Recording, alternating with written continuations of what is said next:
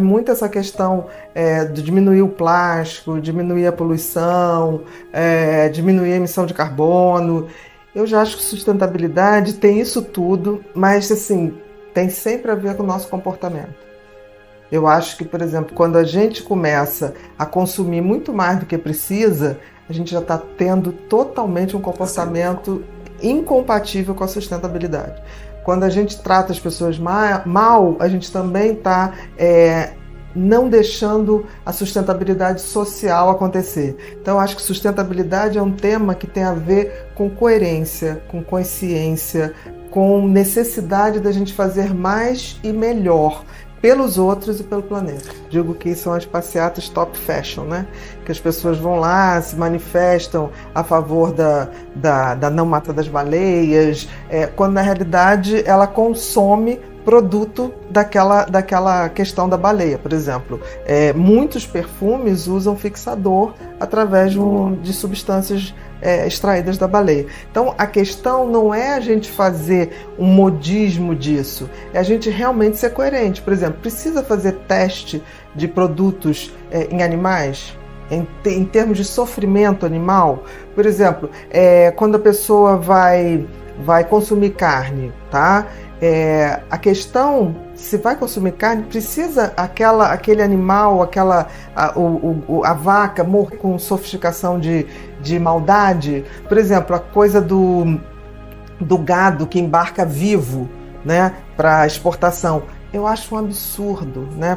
Para chegar do outro lado ter uma carne melhor. Eu acho isso injustificável. Eu acho assim, vai comer a carne, então que aquele animal morra com dignidade, né? Então eu acho que a sustentabilidade ela amplia muito a questão. Você está falando das grifes, né? Existem grifes hoje que só tem no Ocidente as boutiques que eles chamam de conceito, né? Você olha, vai numa loja, você fala assim, bom, se vender tudo que está aqui não paga a luz, né? A conta de luz daquela loja. E aí você vai ver que toda a produção é feita no mercado de trabalho escravo, seja na China, seja na Índia, seja nas Filipinas, na Indonésia. E aí você banca comprar aquela marca, mas você sabe que por trás daquela marca tem muito trabalho escravo. Por exemplo, a produção de bolas de futebol, é feito por crianças, porque a mão tem que ser pequena para fazer aquela costura. As crianças que trabalham nessa produção têm a mão toda deformada. Então, assim, que a gente está mentindo, né? As pessoas estão mentindo, as pessoas já acham que vamos comprar tudo made in China, que é baratinho. Mas esse barato tem um custo.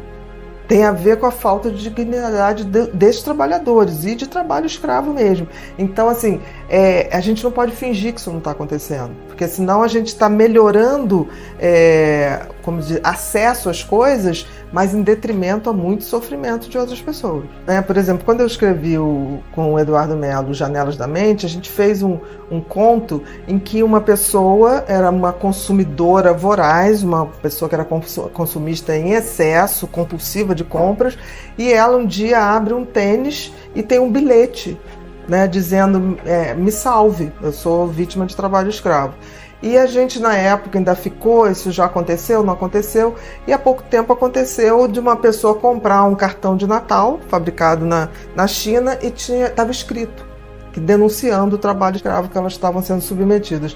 Então, assim, não adianta a gente tem que salvar a baleia, a gente tem que salvar os golfinhos, a gente tem que salvar os animais, a gente tem que salvar as florestas, a gente tem que salvar tudo, mas a gente também tem que salvar o ser humano, né? Existem seres humanos vivendo em condições absolutamente desfavoráveis, sem nenhuma dignidade, para que o capitalismo se alimente de distribuir as coisas para todo mundo. Não há como a gente evoluir sem olhar a sustentabilidade entre os seres humanos também. Então, assim, vamos ser um pouco mais generosos, vamos ser um pouco mais complacentes, vamos dar dignidade. Como é que eu posso falar em sustentabilidade se eu não estou respeitando o meu funcionário, eu não estou respeitando ter um bom humor no ambiente de trabalho? Isso também é sustentabilidade. O consumo sempre vai haver. O que eu acho que a gente tem que pensar é o que a gente está fazendo com as pessoas que produzem as coisas, né? Tipo assim, as pessoas que estão produzindo têm dignidade mínima, né? Que vá para o canudo de alumínio, ok, você vai carregar, você é responsável por ele. Mas isso não basta, não adianta você ser um cara que anda com um canudinho de alumínio e xinga seu funcionário, e maltrata as pessoas, maltrata o garçom. Quer dizer, sustentabilidade é sustentabilidade mesmo, é sustentar o comportamento, sustentar uma humanidade mais generosa e mais gentil. Por exemplo, se a gente pensar que existe hoje já tecnologia científica para ninguém passar fome no planeta, tem alguma coisa muito errada acontecendo. Porque a gente tem condições hoje de alimentar todos, mas com a superconcentração de renda não vai sustentar. Porque existem meia dúzia de seres humanos, não digo meia dúzia, é mais do que isso, mas de 6 a 10%, que tem todo o dinheiro do restante da humanidade. Então, assim, isso é sustentabilidade também. Não dá para tão poucos ter tanto. Então, se a gente não entender isso, fica essa coisa de acumula, acumula, acumula e não distribui. A gente tem que ser mais generoso. Não tem sustentabilidade sem generosidade, seja com a nossa própria espécie, seja com as outras espécies, animais e as espécies vegetais também. Nomofobia é fobia de ficar sem o celular. Vem do inglês no mobile phone phobia, quer dizer, é a fobia de ficar exatamente sem o telefone móvel, que é o celular. Ter o controle e acesso ao seu celular. É muito interessante isso, porque assim, é uma fobia absolutamente moderna, né, por causa do celular. Mas, no fundo, esconde uma característica da espécie humana, que é a necessidade de estar em conexão com o outro. Por exemplo, nós somos seres absolutamente sociais. O ser humano, ele evoluiu porque ele se conectou com o outro e teve ajuda para sobreviver. Até porque nós somos animais muito dentro da natureza, sem pelo, uma coisa meio esquisita. Somos pequenos se comparado com uma águia, se comparado com um elefante, com uma girafa, e nós sobrevivemos a ponto de dominar essa natureza, até de uma maneira muito pouco inteligente, mas o fato é que aconteceu na hierarquia, nós nos tornamos os animais mais soberanos no sentido de controle. E isso aconteceu muito pela troca, pela questão de você, em parceria comigo, poder fazer algo maior do que se faria sozinho. Então o homem é um animal absolutamente social.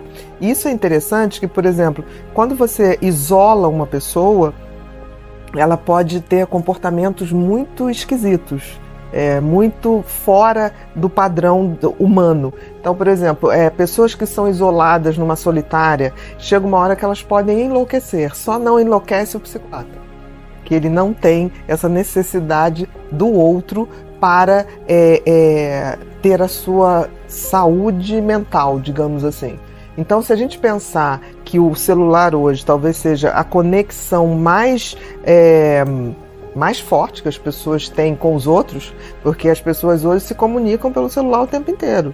E é interessante que as pessoas deixaram de estar juntas, achando que parabéns a gente dá agora pelo Face, a gente dá pelo Instagram, o que é absolutamente esquisito. Então, como se aquele parabéns substituísse a presença. Não substitui.